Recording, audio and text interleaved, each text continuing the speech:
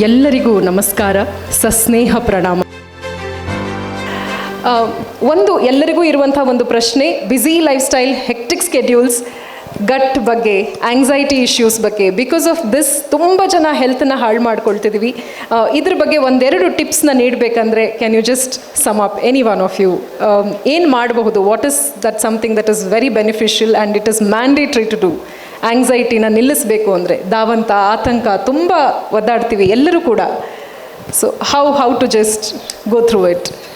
I think what we need to do is look at it like a thali meal. The place for salt, the place for sabzi, place for rice, place for pickle. You can't eat salt like rice, and you can't eat sabzi like rice. So everything has place and quantity. And what we need to do is we have to spend quality time and make sure that you have quality time for yourself. What we tend to do is we always eat into family time, and we keep on working like there is no tomorrow, and it eats into our family time and me time. This is where we go wrong and the exhaustion syndrome comes in. I think unless you invest in your health, unless you invest in your family, I think you have lost it, because this time will not come back. You may earn money, but you won't have the energy to enjoy that money. So it's best for you that if you are investing when you are 20s and 30s, then you can enjoy when you are 70s. But if you don't have time and if you don't have health, whatever money you have is of no use. So best, correct amount of time, correct time eating, good amount of family togetherness, relationship, because when you really want to come and be with the family, there will be no family to be with. They would have left you. And that is the time when you feel lonely, and loneliness is the one that's going to kill you. So try to invest in time, which is most important, quality time, and divide your time properly. Very important. Then you will not have exhaustion. Okay, self investment is the best investment. So ಭಾವನಾತ್ಮಕವಾದಂಥ ಒಂದು ಪರಿಪಕ್ವತೆಗೆ ನಮ್ಮ ಮೇಲೆ ನಾವು ಇಂತಿಷ್ಟು ಸಮಯ ಅಂತ ಪ್ರತಿನಿತ್ಯವೂ ನಾವು ಆ ಟೈಮ್ ಡಿಸಿಪ್ಲಿನ್ನ ಫಾಲೋ ಮಾಡಬೇಕು. Yes doctor, please. D V ಗುಂಡಪ್ಪನವರ ಮಂಕುತಿಮ್ಮನ ಕಗ್ಗದಿಂದ ಒಂದು ಕಗ್ಗ. ನಗುವಾತ್ಮ ಪರಿಮಳವ ಪಸರಿಸುವ ಕುಸುಮ, ನಗು ನಗುತ್ತ ಬಾಳ್, ನಗುವ ನಗಿಸುವ, ನಗಿಸಿ ನಗುತ್ತ ಬಾಳುವ ವರವನ್ನು ಬೇಡಿಕೊಳ್ಳೋ ಮಂಕುತಿಮ್ಮ. ವಾಟ್ ಎ ವಂಡರ್ಫುಲ್ ಇದು ಪಯಮ್ ಅದು. ಮನುಷ್ಯ ಯಾವಾಗಲೂ ಖುಷಿಯಿಂದ ಇರಬೇಕು, ನಗ್ತಾ ಇರಬೇಕು, ಬೇರೆಯವ್ರಿಗೆ ಸಂತೋಷಪಡಿಸ್ಬೇಕು. ಈ ಮನಸ್ಥಿತಿ ಇದೆಯಲ್ಲ, ಇದು it's a wonderful concept in life. ಕೊನೆಯದಾಗಿ ಬಸವಣ್ಣವರ ವಚನ, ಕಾಯಕವೇ ಕೈಲಾಸ. Honestly I will tell you, I enjoy my work. I can work 22 hours a day. So ಇದನ್ನು ಈ ಕಾನ್ಸೆಪ್ಟ್ ಲೈಫ್ನಲ್ಲಿ ಬಂದೆ. If you enjoy your work, you need not work an hour a day ಅಂತ ಹೇಳ್ತಾರೆ. ಅದರಿಂದ ಖುಷಿಯಾಗಿರೋಣ. ಆವಾಗ ನಿಜವಾಗ್ಲೂ ಕೂಡ ನೀವು ಜಾಸ್ತಿ ದಿನ ಬದುಕ್ಬೋದು ಅಂತ ನನ್ನ ಆಸೆ. ಓಕೆ, ಕನೆಕ್ಟಿವಿಟಿ, ನಾವು ಎಷ್ಟು ಕನೆಕ್ಟೆಡ್ ಆಗಿರ್ತೀವೋ ಅಷ್ಟೇ ಒಂದು ಪ್ರೀತಿ ಸಂಭ್ರಮವನ್ನು ಹಂಚ್ಬೋದು. There are two important days in a man's life. One is the day you are born, and the second is you realize why you have born. ಅದೆರಡು ನಮ್ಮ ತಲೆನಲ್ಲಿರಲಿ. ಎಲ್ಲರೂ ಹುಡ್ತಾರೆ, ಎಲ್ಲರೂ ಸಾಯ್ತಾರೆ. So nothing last forever, you stand by that. Yes, ಅದು ಒಂದು. ಎರಡನೇದು, ಈ ಪ್ರಪಂಚದ ಸಂತೋಷಿ ವ್ಯಕ್ತಿ ಯಾರು? ಇದೆಲ್ಲ ಮಾಡ್ತಾರದು ಅದಕ್ಕೆ ತಾನೆ, ನಮ್ಮವ್ರನ್ನ ಸಂತೋಷಪಡಿಸೋಕ್ಕೆ, ಹೆಂಡ್ತಿರ್ನ, ಮಕ್ಕಳನ್ನ, ಎಲ್ಲರೂ ನಮ್ಮ ಜೊತೆಲಿರೋರನ್ನ ಎಲ್ಲರೂ ಸಂತೋಷಪಡಿಸೋಕೆ ತಾನೆ. ಇಂಗ್ಲೆಂಡಿನ ಟೈಮ್ಸ್ ಒಂದು ಕ್ವಶನ್ ಕೊಡುತ್ತೆ ಓದುಗರಿಗೆ, ಈ ಪ್ರಪಂಚದ ಅತ್ಯಂತ ಸಂತೋಷಿ ವ್ಯಕ್ತಿ ಯಾರು ಅಂತ. ಸಾವಿರಾರು ಪತ್ರ ಬರುತ್ತೆ. ಜ್ಯೂರಿಗಳು ಈ 4 ಜನ ಈ ಪ್ರಪಂಚದ ಅತ್ಯಂತ ಸಂತೋಷಿ ವ್ಯಕ್ತಿಗಳು ಅಂತ ಡಿಕ್ಲೇರ್ ಮಾಡ್ತಾರೆ. ಯಾರದು? ಮೊದಲನೇದು, ಒಬ್ಬ ಕಲಾವಿದ ಒಂದು ಕಲಾಕೃತಿಯನ್ನು ರಚಿಸಿ ಎಲ್ಲ ಪೇಂಟಿಂಗ್ ಆಗಿ ಲಾಸ್ಟಿಗೆ ಬಂದು ದೂರದಲ್ಲಿಟ್ಟು ಹುಯ್ ಅಂತ ಒಂದು ಸೀಟಿ ಹೊಡಿತಾನಂತೆ. ಅವನು is the happiest man. Number 2, ಬಹುಶಃ ಅದು ನನ್ನ ತಾಯಂದ್ರಿಗಳಿಗೆ ಗೊತ್ತಾಗಬೇಕು ಅಂತ ಅಂದ್ಕೊಳ್ತೀನಿ. ತನ್ನ ಮಗುವಿಗೆ ಸ್ನಾನ ಮಾಡಿಸುತ್ತಿರುವ ತಾಯಿ. ಅದೇನು ಸುಖ ಇರುತ್ತೋ ಏನೋ ಗೊತ್ತಿಲ್ಲ. ತಿದ್ದಿ ತೀಡಿ ನೀವಿ IAS ಮಾಡೇಬಿಟ್ಟ, IPS ಮಾಡೇಬಿಟ್ಟ, ಏನೋ ಅದೇನು ತಾಯಿ ಮನಸ್ಸಿನಲ್ಲಿ ಅದೇನೇನು ಬರುತ್ತಪ್ಪ ಅದು ಗೊತ್ತೇ ಇಲ್ಲ ನನಗೆ. ಅದು ಸೆಕೆಂಡ್. ಥರ್ಡ್, ಸಮುದ್ರದಡೆಯಲ್ಲಿ ಮರಳಿನ ಮಣ್ಣಿನ ಗುಡ್ಡೆಯಲ್ಲಿ ಒಂದು ಮಗು ಮನೆಯನ್ನು ನಿರ್ಮಿಸಿ ಆ ಮನೆ ನಿಂತ್ಕೊಂಡ ಮೇಲೆ ದೂರದಲ್ಲಿ ಬಂದು ನಿಂತ್ಕೊಂಡು ಚಪ್ಪಾಳೆ ಹೊಡೆಯುತ್ತಂತೆ. ಅದು ಯಾಕೆ ಇಷ್ಟೆಲ್ಲ ಹೇಳಿದೆ ಅಂತೀರಾ? ಈ 4ನೇದು ನಿಮಗೆ ನಮಗೆ ಎಲ್ಲರಿಗೂ ಸೇರಿದ್ದು.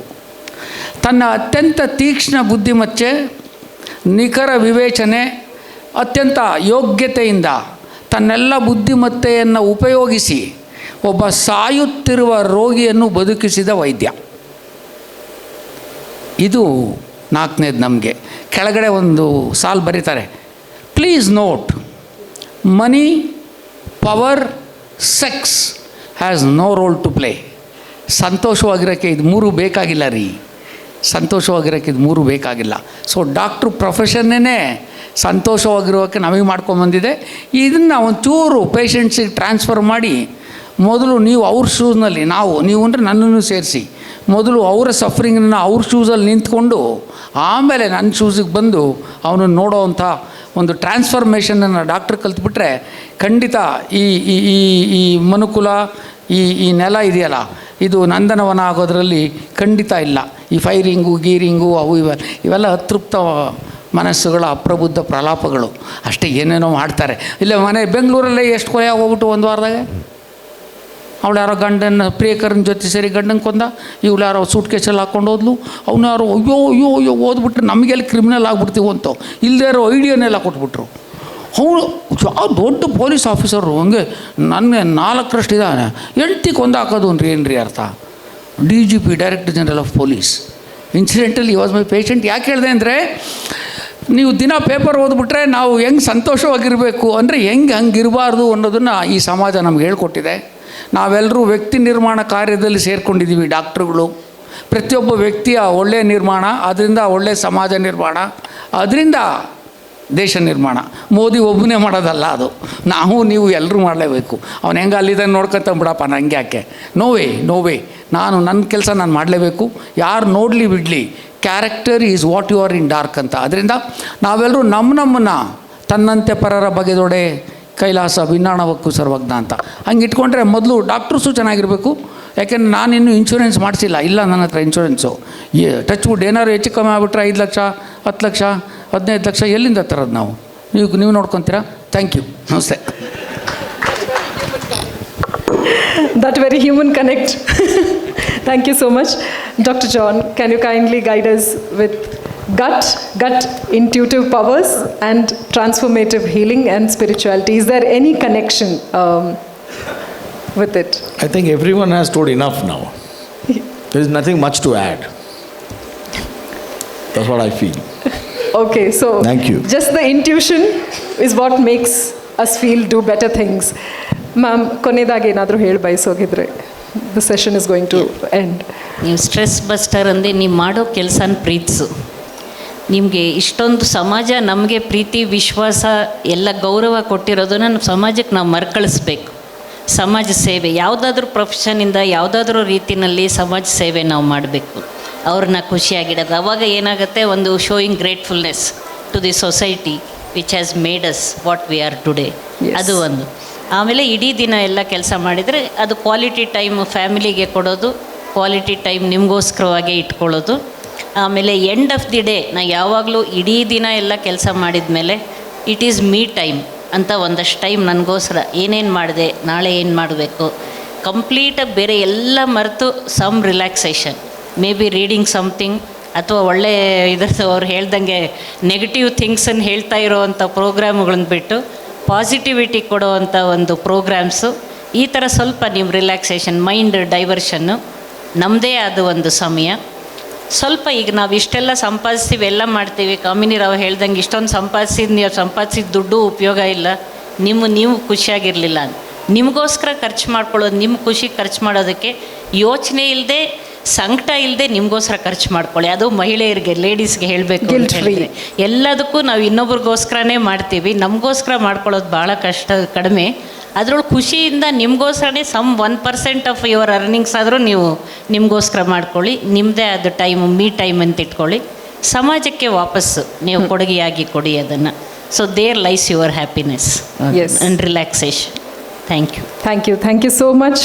ದ ಟ್ರೆಷರ್ ಹೌಸ್ ನಮಗೆ ಒಂದು ವಿಸ್ಡಮ್ನ, ಒಂದು ಜ್ಞಾನದ, ಆ ಒಂದು ಜ್ಞಾನಕ್ಕೆ ಒಂದು ಪರಿಧಿ ಅನ್ನೋದು ಇರಲ್ಲ, ಅದರ ವ್ಯಾಪಕತೆ ಅತಿ ಹೆಚ್ಚಾಗಿರುತ್ತೆ. ಅದರಲ್ಲೂ ಇರುವಂಥ ಒಂದಿಷ್ಟು ಕಮ್ಮಿ ಸಮಯದಲ್ಲಿ ನಮಗೆ ಒಂದು ಸಮಗ್ರವಾದಂಥ ಒಂದು ಆಲೋಚನೆಯ ಆಯಾಮವನ್ನು ತಿಳಿಸ್ಕೊಟ್ಟಿದ್ದಾರೆ. ಯಾವ ರೀತಿ ನಮ್ಮ ಮನಸ್ಥಿತಿಯನ್ನು ನಾವು ಇಟ್ಟುಕೊಂಡಲ್ಲಿ ಎಲ್ಲವೂ ಸುಲಲಿತವಾಗಿ, ಜೀವನ ಸುಖಮಯವಾಗಿ, ಸರಳವಾಗಿ, ಸುಂದರವಾಗಿರುತ್ತೆ ಅನ್ನೋದನ್ನು ತಿಳಿಸ್ಕೊಟ್ಟಿದ್ದೀರಾ. ಎಲ್ಲರಿಗೂ ಕೂಡ ಹೃತ್ಪೂರ್ವಕ ವಂದನೆಗಳು. Thank you so much. All the dignitaries on stage, all the luminaries on stage, for guiding us, for being the torch bearers of exemplary wisdom. Thank you so much.